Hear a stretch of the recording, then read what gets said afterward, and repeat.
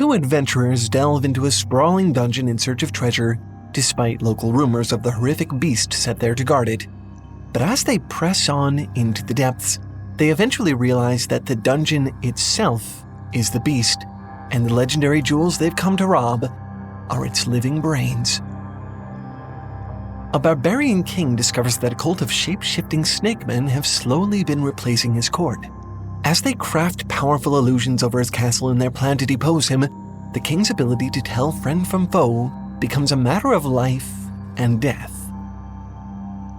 A man dreams every night that he is a powerful warrior living in a faraway fantasy realm. A great warrior dreams every night of being an ordinary man on planet Earth. Slowly, they find themselves pulled into one another's worlds and bodies. Were they ever really two separate people? Or were they one and the same person, experiencing two lives separated only by the veil of dream? If you're not familiar, these are examples of what we would have called, back in the day, pulp fiction. There's a certain quality to all of these stories, isn't there? Something you just don't really see in fantasy these days. Don't get me wrong, I do still like modern fantasy. There's interesting, novel stuff being created in this genre all the time. We get stuff like The Name of the Wind by Patrick Rothfuss that sort of deconstructs the whole space, or Perdido Street Station by China Mieville that toes the line between fantastical and weird like few other things I've ever encountered. I hate to sound like old man yelling at cloud.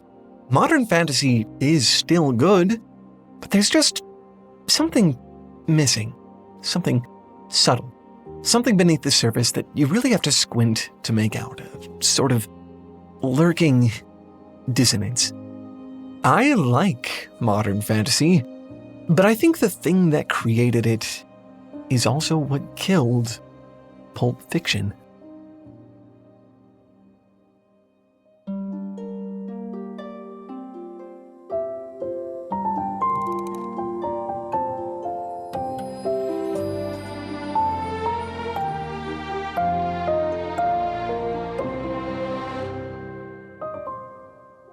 Pulp fantasy has always been sort of difficult to take seriously. Even in its heyday, it had a reputation for being cheap and trashy.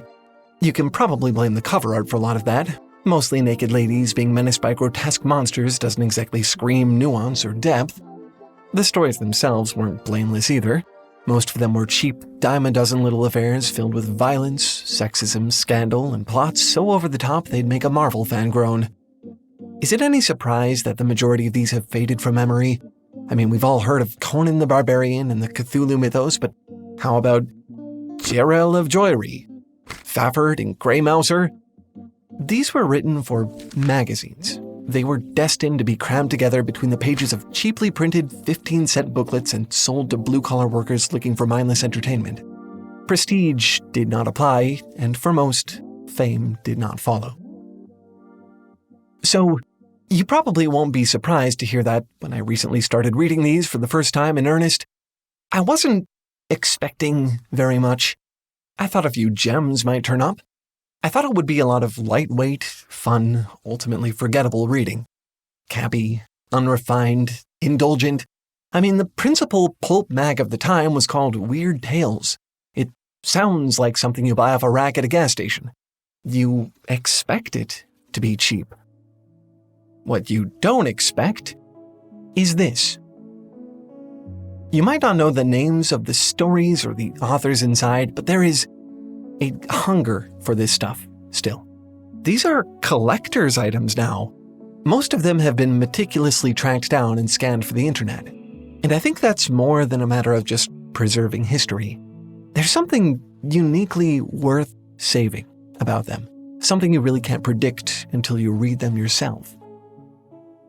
I won't say that Weird Tales isn't everything I described. Those impressions are all pretty much true.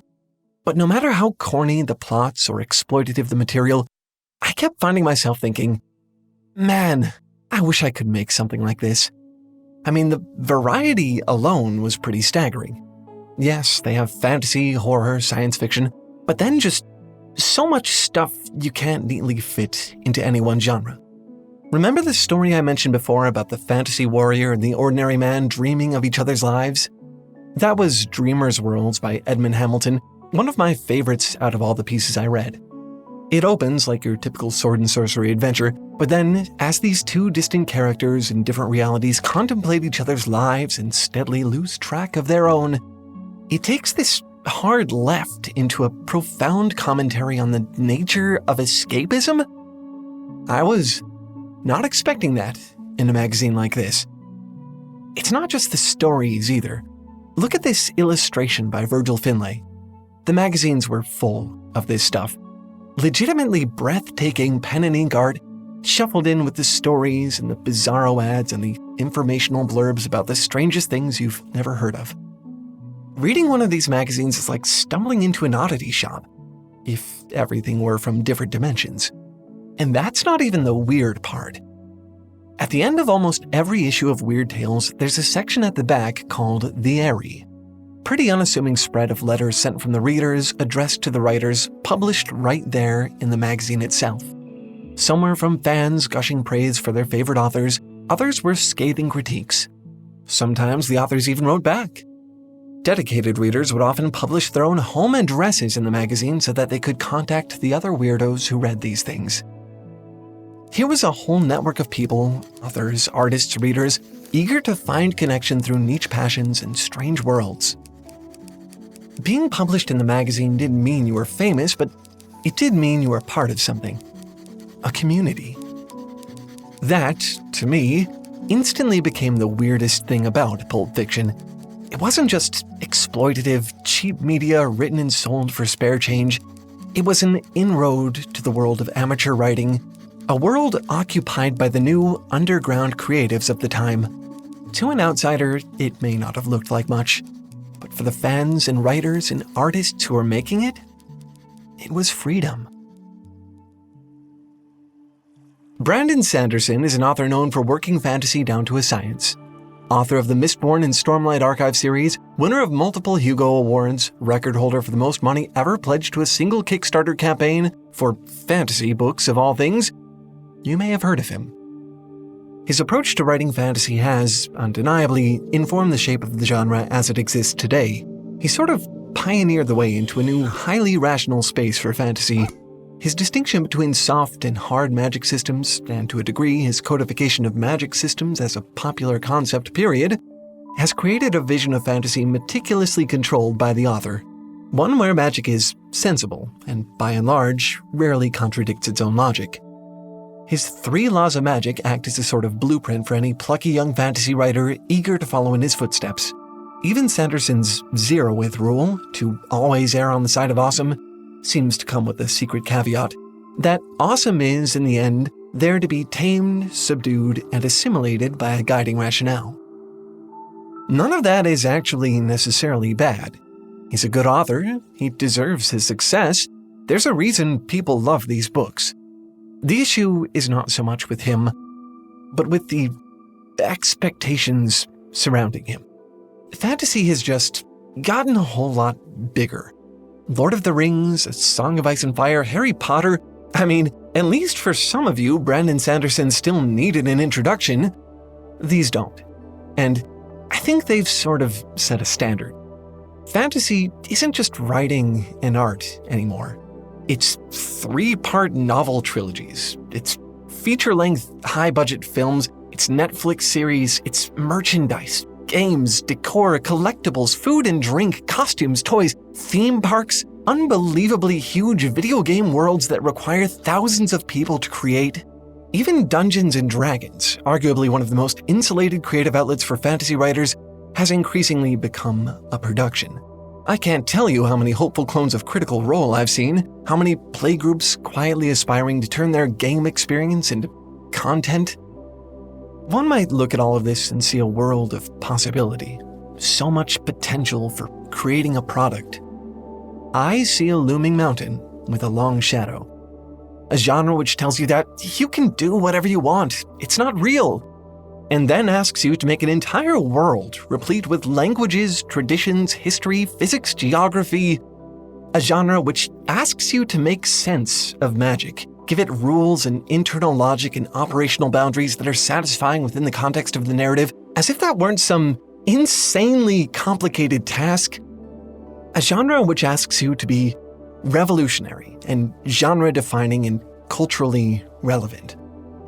What's an author to do standing at the foot of this thing? I guess you could go write fan fiction. That's fantasy sometimes, and the stakes are pretty low. I've seen a lot of writers have a pretty good time there perpetually. You could also just play D&D if you wanted to, as long as it stays a game. But what do you do if you just want to write fantasy? Your own original stuff? Where's the space for that, out of the mountain's shadow? Is there even such a place now? Weird Tales, founded in 1922, over 100 years ago now, is actually still going. Sort of. The modern incarnation of the magazine is a revival after some years out of circulation. You could call it a passion project. It has its own dedicated little reader base and a coterie of new pulp authors who write in the tradition of the old contributors. The fiction magazine itself, as an institution, is also still sort of a thing. Clarkesworld and Lightspeed are still hard at work publishing amateur fiction for the modern era. But magazines, whatever shape they may take, just aren't suited to this world. It was a format that made a lot of sense for its time, but now, in the age of TikTok, who's leaving their newsfeed for practically anything, let alone a magazine? I think this is part of the problem. Part of what's contributing to the pileup that formed the mountain. I've heard traditional publishing categorized as monologic, information from one source being distributed to many people. A magazine is printed and sent out. If that's the case, then we could describe the early internet as dialogic, information from many sources distributed between many people, peers communicating directly.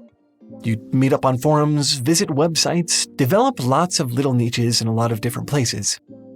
But as the internet evolved with the advent of the newsfeed and social media, we sort of witnessed the birth of a new monologic media. Now, instead of developing small spaces to cultivate ideas together, everyone who shares their thoughts online is basically walking out onto a stage. The worth of an idea is measured in applause, likes, views, follows. In order to be noticed, modern authors have to write not for the eerie, but for the algorithm. Doesn't that just make you wistful? Don't you sort of long for the sense of community you can see so clearly in the pages of publications like Weird Tales? It was curated, it was controlled by a single source, but that also allowed it to be tailored to the specific community involved with it. A stage for your peers rather than the public. An audience small enough to actually hear the individual voices. All that seems to be gone now. Outside of small boutique projects and a few rare exceptions, the magazine is dead. And pulp with it. Okay, maybe I'm being a little dramatic. I don't actually think pulp is necessarily dead. I mean, in a literal sense, that era is over. But pulp wasn't about the magazine format. It wasn't about the platform. Pulp was more of an attitude, I think. At the time they were writing pulp fiction, authors like Robert E. Howard and Fritz Leiber were barely known outside of that subculture. H.P. Lovecraft and Robert Bloch, later known as the author of Psycho, also wrote for Weird Tales and wouldn't become household names until years later. In the case of Lovecraft, not until after his death. A lot of writers turned to Weird Tales during the Great Depression, even though it barely paid them enough to get by. But for most of them, all of that, the low prestige, the pitiful pay, was worth it. When I read letters and articles from those authors about how they reflect on that experience, the thing that comes back time and time again is the friendship. These authors formed close circles and strong bonds, spent hours exchanging ideas, in a lot of cases even visiting one another's houses. Two of them, C.L. Moore and Henry Kuttner, even got married, co-writing pulp fiction under a shared pen name. Even Lovecraft, for all his reputation as a xenophobic recluse, was something of a mentor to a lot of other amateurs and spent a great deal of time traveling around to see his author friends. The Cthulhu mythos wasn't just his creation, it was something he slowly built up with those same friends, happily stealing from and trading ideas with each other. Remember Dreamer's World, that story about the warrior and the regular guy who dreamed of being each other? The author, Edmund Hamilton, wrote, years after writing for Weird Tales, "I don't think of magazines or of stories, but of people." The weirdest thing about pulp fantasy, especially when you think about what fantasy looks like now, is that it wasn't about the fantasy. These authors weren't hoping for fame or notoriety. They barely even had a concept of selling a product. They were just writing because they liked it. Because it was fun to talk about all the weird stuff they could imagine with their friends, and they felt encouraged by a platform designed for that. Pulp fiction may not be the force that it once was, but you can still do all of this. Just maybe not on news feeds. Maybe in a writing club, coffee shop meetups, closed Discord servers specifically designed for being creative in a small setting, without the weight of the world bearing down on you. Your writing might never get famous. It might take a long time before you're satisfied with it. But when you're part of a community, when you're writing for the right reasons, you won't just find ideas. You'll find motivation, creative freedom, friendship, and maybe even a weird tale or two. Come to think of it, some of these pulp fiction stories are actually a little too weird for me. Not so much because of the monsters, but more because of the mathematics. Remember, this was right on the doorstep of the golden age of science fiction. It's hard to really appreciate stuff like Dyson spheres and time dilation without knowing a little of the mechanics behind them. I really do want to understand this stuff, but as someone who doesn't do very well with math, it's always just felt a little out of my reach. Which is why, for a while now, I've been using today's sponsor, Brilliant. Brilliant is an amazing way to learn. Just super hands-on and never overwhelming. You can learn as much as you want, as fast as you want, or just a little bit every day. I really like how it lets me personalize my goals. I have a pretty busy schedule. Adjusting my learning time to that has been so helpful for me. For example, earlier this week, in just 15 minutes, I was able to complete a unit in the geometry lesson. I can really feel it demystifying some of that early sci-fi stuff. Way easier to be creative and draw inspiration from something when you know how it works. Next up, I'm definitely planning to dig into their other math lessons like algebra and calculus. I mean, why not? I know those are also going to be tailored to my skill level, so there's really nothing holding me back. No matter where you're at, Brilliant makes math, and by extension all the inspiration that comes with it, way more approachable. So if you're like me and you know some of your creativity is kind of held ransom by how unapproachable math feels, maybe try this out. It's been a great solution for me. Visit brilliant.org/talefoundry or click the link in the description for a 30-day trial. If you use our link, you'll get 20% off an annual subscription. Again, that's brilliant.org/talefoundry for 30 days of free learning and 20% off a year subscription. With a tool like this, math doesn't have to feel so weird. There's a whole world in this subject waiting for you to explore it. Go give Brilliant a try. Anyway, that's all for this one. Thanks for watching and keep making stuff up. I'll see you next week. Bye!